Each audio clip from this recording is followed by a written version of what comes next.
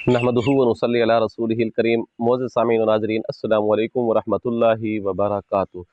दोस्तों, अमलियात और वज़ाइफ की वीडियोज़ का हमारा सिलसिला शुरू है और उसी सिलसिले की एक और वीडियो आपकी खिदमत में लाए हैं। वीडियो शुरू करने से पहले आपकी खिदमत में इल्तिमास है कि अगर अभी तक आपने हमारे चैनल को सब्सक्राइब नहीं किया तो आप हमारे चैनल को सब्सक्राइब करें और साथ वाले बेल आइकन के बटन को भी दबा दें ताकि नई आने वाली वीडियोज़ आपको बर वक्त मिलती रहें। आज की वीडियो का उन्वान, जैसा कि आपने थंबनेल के अंदर मुलाहिजा फरमा लिया है, कि जादू और मसान का इलाज कैसे किया जाए। जादू और मसान तकरीबन ये मिलती जुलती चीज़ें हैं। मसान जादू ही की वजह से पैदा होता है। मैं पिछली वीडियोज़ के अंदर भी इसके ऊपर रोशनी डाल चुका हूँ। आपने अगर अभी तक वो वीडियो नहीं देखी तो ज़रूर वीडियो मुलाहिजा फरमा लें। मसान जो होता है वो जादूगर की जो है शैतानियों की वजह से और जादूगर के गलीज़पन की वजह से ये चीज़ एक वजूद में आ रही होती है और मरीज़ को बहुत ज़्यादा तंग कर रही होती है। और ये दूसरी नुकसान की बात ये है कि वो आमिल को भी समझ नहीं आ पा रहा होता है, आया ये मसान है, जिन्नात हैं, असेब हैं, परी देव वगैरह क्या बला है।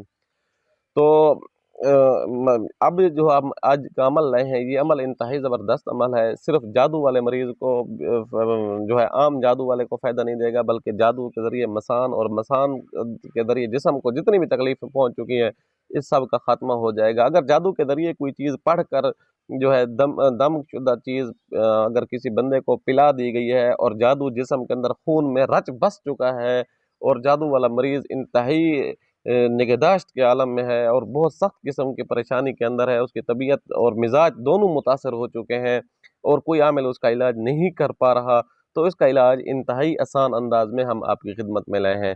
चलते हैं आज की वीडियो की तरफ। आज की वीडियो ये है और इंतहाई आसान अमल है। आपने ये करना है कि कुरान मजीद की एक आयत है, वो आपने पढ़नी है, 72 मरतबा आपने दम करनी है। रोज़ाना की बुनियाद पे 72 मरतबा कम अज़ कम पढ़ें, इससे ज़्यादा भी पढ़ सकते हैं, लेकिन 72 बार पढ़ने से हमने जिसको भी बताया उसको फ़ायदा हुआ है।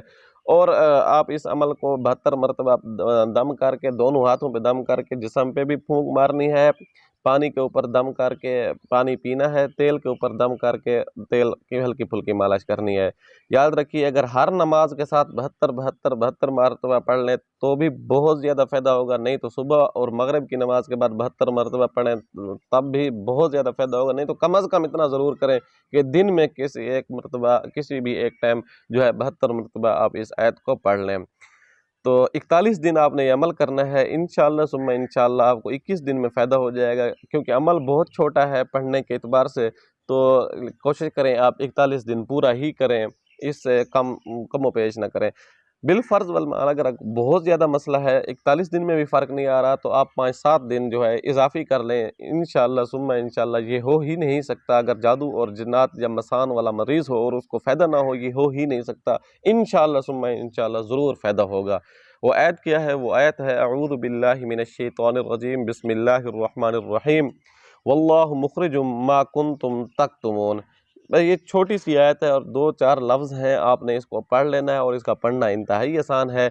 आप इसको पढ़कर अपने आप को भी फ़ायदा पहुँचाएँ और दूसरों को भी ज़्यादा से ज़्यादा ये लिंक वीडियोज़ दूसरों तक भी पहुँचाया करें, ताकि ज़्यादा से ज़्यादा लोग इससे फ़ायदा उठा सकें। उम्मीद है आपको ये वीडियो अच्छी लगी होगी। आने वाली वीडियो तक के लिए इजाज़त दीजिएगा। अल्लाह हाफ़िज़।